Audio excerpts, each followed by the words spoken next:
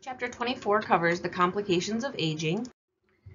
The process of aging actually begins when we're born, but we, notice like the growth and development in our younger people, and then we start to think about like aging once we get into our 30s and older. The process is irreversible, but the rate of change affects everybody differently. It might not match the chronological age either. I know when I worked at Heritage especially, I took care of people that appeared to be much, much older than they really were. And then I come to find out that they were, in their 60s. And then I would think about my mom who, still goes to the gym every day and is in great health, and she's almost 65. So, I mean, really it just changes it's different from person to person based on a lot of different things like genetic makeup, lifestyle, health status, cardiovascular fitness. Typically, women live longer than men, but there's new statistics that show that this is disappearing because of an increase in cardiovascular disease in women and better health care for men and boys. There's a general reduction in function that happens throughout the entire body. Degenerative changes associated with aging can predispose someone to certain, issues like pathologies and pathologic changes that can speed up their specific aging process. The most vulnerable tissues are the ones that can't regenerate effectively, like the central nervous system, skeletal muscle, cardiac muscle, and the kidneys. Obesity and metabolic syndrome can alter the statistics significantly in the near future as well. Obesity is running rampant in the United States especially, but worldwide. This generation is not expected to outlive its parents if the obesity epidemic in the young is not fixed quickly. So most of our hormones remain relatively constant as we age, but the number of tissue receptors might decrease. So it diminishes the body's response to those specific hormones. Estrogen and testosterone, however, are going to lower as we age.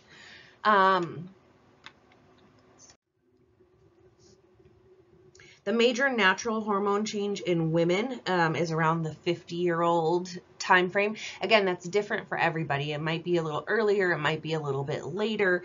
The ovaries stop producing estrogen and progesterone, and the serum levels of FSH and LH rise because of the natural feedback mechanisms. The effect of the decreased estrogen and progesterone are described, in the upcoming sections in the book throughout the reproductive system changes. So we have menopause. That's that term that we use to describe the change that happens in women. Eventually, with that, with the ovaries ceasing to respond to the FSH and luteinizing hormone, or LH, we have a lack of ovulation, and eventually we stop having a menstrual cycle. The decreased levels of the sex hormones leads to changes like thinning of the mucosa, loss of elasticity, and decreased glandular secretions in the vagina and cervix. This can cause inflammation and dyspareunia, or painful sexual intercourse. That is all discussed more back in chapter 19. But the effects can be minimized by administration of estrogen. There are risks associated with oral hormone replacement therapy, so a lot of people do not use hormone replacement therapy, but it is good as far as minimizing some of those effects, including things like hot flashes, and other potential issues associated with menopause. Some other signs and symptoms of menopause are mood swings because of those hormonal changes. We also have dyspareunia, again, that painful sexual intercourse because of that thinning of the vaginal mucosa and loss of elasticity and decreased glandular secretions. And then in the males, they also have some changes in their reproductive system. The testosterone levels decline gradually, their muscle mass decreases, their testicles decrease in size, the sperm production is somewhat reduced, but again, compared to females with menopause who do not produce anymore or cannot reproduce anymore, males can still reproduce quite late in life. They also have glandular secretions in the prostate that decrease, and benign prostatic hypertrophy, or BPH, is very common in aging males. Some of the changes in the skin and mucous membranes are related to genetic factors. Lots of them are based on exposure to sun and weather. The skin and mucous membranes become thin and more easily damaged. The dermis becomes thinner and subcutaneous tissue is diminished. The number of specialized structures declines, including sweat glands and the receptors, like we talked about, to receive those hormones that are produced. The skin gets dry because of the reduced sebum. It appears wrinkled. The elastic fibers are reduced and collagen fibers are less flexible, so that's how we get those wrinkles. Lesions, including skin tags, keratoses, and lentigens, or those age spots or liver spots are common. Those senile lentigens, they're called liver spots, but that's just a nickname. It actually has nothing to do with the liver. It's just deposits of melanin. The hair becomes gray because the melanocytes are reduced in number, and the hair becomes thinner because the number of hair follicles decreases. As far as cardiovascular changes go, the size and number of cardiac muscle fibers decreases. Fatty tissues and collagen fibers start to accumulate. There's a reduced strength of the contraction of the heart muscle. The heart valves become thicker and less flexible. And there might be vascular changes, including a decrease in, resulting in a decrease in oxygen supply to the heart, as well as the diminishing rate of cardiac reserve. Arteriosclerosis is very common as we age. This is a loss of elasticity and accumulation of collagen that thickens the arteriolar walls. These people are at increased peripheral, puts the vessels at increased peripheral resistance and causes potential tissue ischemia and nonspecific brain changes as well. Atherosclerosis is caused by hyperlipidemia. It promotes the accumulation of cholesterol in the walls of the large arteries, also causing increased peripheral resistance in the vessels and tissue ischemia. It commonly causes angina or chest pain, myocardial infarction or heart attack, and peripheral vascular disease and strokes. We also have lots of musculoskeletal changes in in our systems or in our bodies as we age. Osteoporosis is the loss of calcium and bone mass. So when we talked about osteoporosis in chapter 9, I think we talked about it again in chapter, I think we do talk about it again in chapter 25. Remember, like I said, my grandma. So it's a loss of calcium and bone mass, like I said, higher incidence in postmenopausal women. So she was postmenopausal, so decreased estrogen levels, decreased weight-bearing activity or stress on the bone, or a sedentary lifestyle. Like I said, she liked to sit around and play puzzles. She would go play do puzzles. She would go play cards with her friends, things like that. They have a decreased intake of calcium, vitamin C, and vitamin D, including throughout their childhood, decreased intestinal absorption of calcium, decreased osteoblast activity, which is the builder of new bone tissue. Especially with glucocorticoid and cortisol use. Like I said, she had respiratory issues, so she was constantly taking steroids for her lungs. So like I said, when you think of osteoporosis, think of my grandma. The fractures are common in the spine, pelvis, and the limbs, especially the legs. We worry about like hip fractures and things like that with our people with osteoporosis. We just talked about these risk factors. There is a hereditary disposition. It happens more often when there's decreased estrogen levels, decreased weight-bearing activity or stress on the bone, decreased intake of calcium, vitamin C and D, decreased intestinal absorption of calcium, and decreased osteoblast activity. So this kind of shows you the normal bone and then the porous bone of osteoporosis. This picture is on page 604 for reference. This shows changes in the lumbar spine. There's a young adult and a postmenopausal woman with osteoporosis. So you can see again the more dense bone and then the more porous bone with osteoporosis. To reduce risks, we really need to start early in life. Most people don't think about osteoporosis or reducing the risk factors until they already have it, and at that point it's too late. So we want to increase calcium and vitamin D intake early on in life. Walk with weight-bearing exercise as tolerated, again, early in life, and then individualized hormone therapy. We recommend bone density testing for women 50 years or sooner, especially if there's a genetic predisposition to osteoporosis. Then we have osteoarthritis, which is a degeneration of the cartilage within the joints. It can be associated with trauma or sports injuries. We see lots of osteoarthritis cases in younger people that have had some sort of injury to the joint. The articular cartilage thins, usually in larger weight-bearing joints like the knees, the ankles, the hips, things like that. It leads to pain and stiffness, and if it becomes bad enough, then a joint replacement surgery may be necessary. We also have herniated intervertebral discs. This is where the fibrocartilage and the intervertebral discs degenerate with age, and a loss of height becomes apparent. So we used to tease my grandma about, her shrinking because we were just getting taller. We're like, you're shrinking, we're going to be taller than you one day.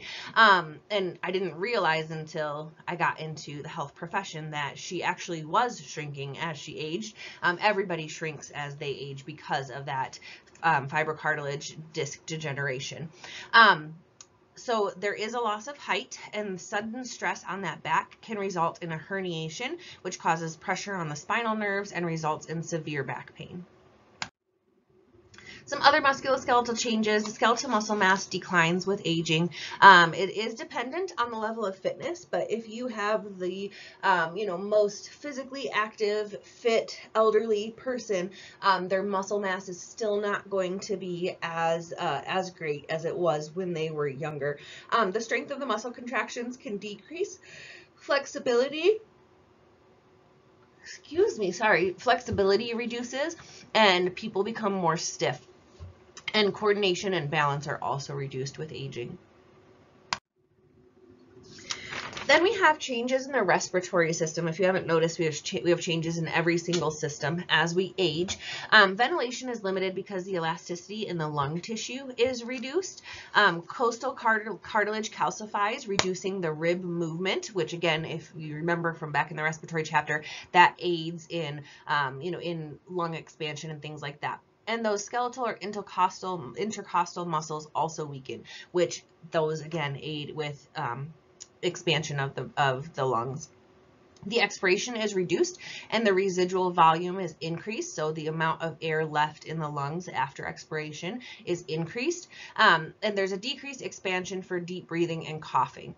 There are also vascular changes throughout the respiratory system that lead to decreased perfusion. So when we think about vascular changes, we have to think about that gas exchange in the alveoli, how the capillaries are running through the alveoli to exchange that oxygen and carbon dioxide. So we are reducing that gas exchange as we age. In our nervous system, neurons are not replaced after birth. A natural reduction in brain mass occurs as we age. It doesn't affect cognitive function in lots of people because there's a considerable reserve of neurons. The loss can happen in different areas of the brain at different times and at varying degrees. So there's a natural reduction of the brain mass as we age. Some degenerative changes are like lipid accumulations or fat accumulations throughout the brain, neurofibrils and tangles. When we think about neurofibrillary tangles, these are just like, and plaques, sorry, these are like, affecting the myelin sheath. So we have a decreased response to the neurotransmitters, slower response time, decreased reflexes, issues with short-term memory, and less adequate adaptation of the autonomic nervous system. When we think about general nervous system changes or decrease in like short-term memory and stuff like that, this is not related to dementia. Dementia is severe. There's just a general decrease in short-term memory and things like that. Like again, I relate a lot of this to my grandma, but she would tell me a story and it's like, oh, she told me that last week when I was on the phone with her. Just those general changes, not like dementia related. There's also changes in vision. The lenses of the eye become less flexible, so there's reduced accommodation. The lens tends to become yellow, less transparent, kind of opaque. That's a cataract. Night vision is reduced because of this. Color vision can also be reduced because of this. And there might be vascular degeneration affecting the retina. So anytime that we have an age-related change as far as vision goes, we call it presbyopia. P-R-E-S-B-Y, anything, means an age-related change. So age-related change in vision is presbyopia. presbyopia. We also have age-related changes in hearing. This is called presbycusis. This is usually caused by degenerative changes in the inner ear. We talked about that when we talked about special senses. It has to do with stiffening of the movement of the ossicles in the inner ear.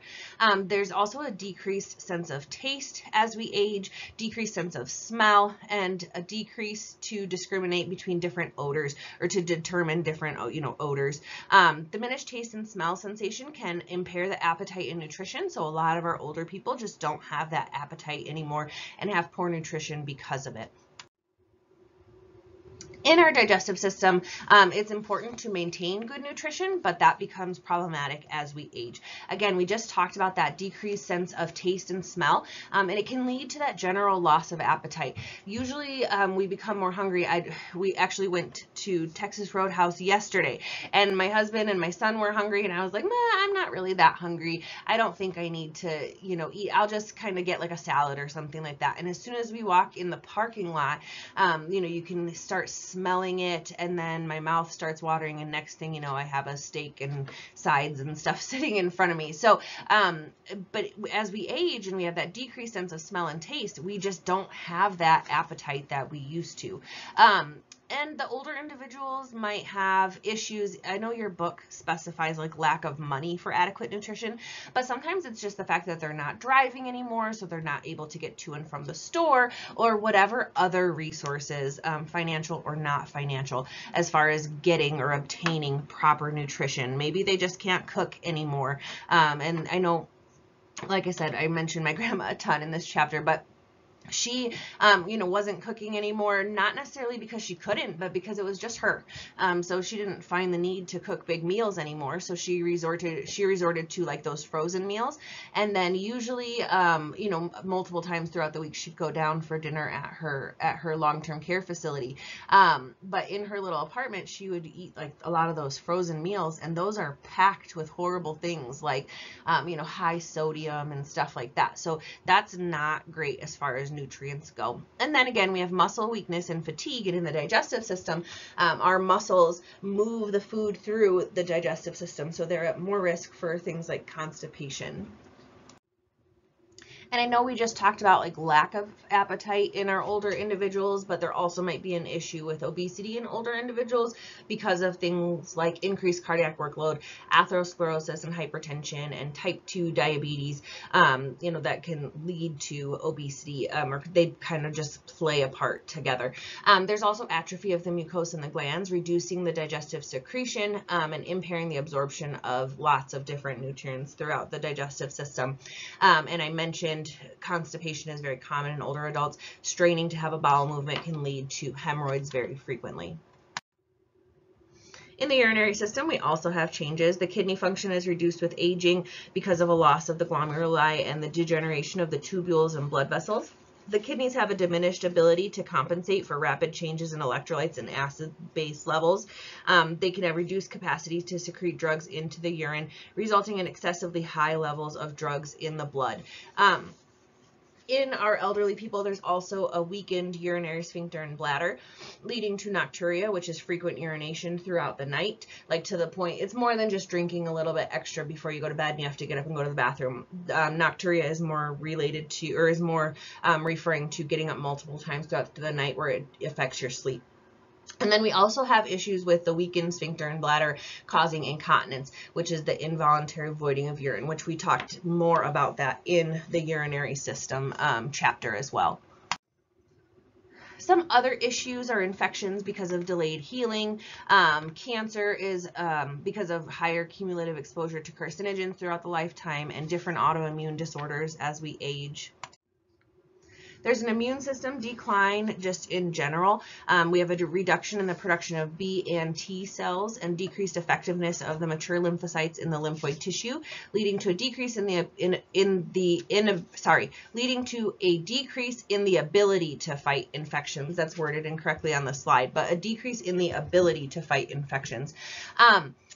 We also have a decreased response to new microbes, and skin breakdown and ulcers can predispose our elderly people to infection related to many factors like immobility. And like I said, I could go on and on. We actually have a chapter 25 on immobility, so we'll talk more about that then. Lots of people that are older also have multiple disorders rather than just one. Osteoarthritis can lead to obesity and diabetes. Cardiovascular disease can lead to changes in sexual function, cognitive deficits, or respiratory problems. So our older adults have lots and lots of disorders that are kind of all intertwined. Integrated treatment for all interacting problems is necessary. Changes in one system cause like this domino effect of problems throughout the whole body. Because of the multiple disorders in our elderly people, we also have what we call polypharmacy, or a large number of medications that they take, whether it's prescription, herbal, or over-the-counter, leading to an increased risk of undesirable drug interactions. If you take one medication for one disorder, that's less likely to cause, issues than if you have this polypharmacy or taking multiple drugs at one time. Then, again, you're more at risk for lots of different drug interactions. Compliance can also be a problem. It's really hard to have someone take, like 10 pills every morning or multiple times throughout the day. A lot of times it's necessary to adjust the dosage and to use drug combinations if that's possible. But this leads to things like unpredictable absorption, distribution, and elimination of the drugs. So we really just have lots of issues with our older people related to the medications that they're taking. So again, aging begins at birth, but the effects vary from person to person. With aging, there is this general reduction that happens, or general issues that happen throughout every single system in the body, but how you take care of your body is going to affect that rate of change as you age. And that is it for chapter 24, which is complications of aging.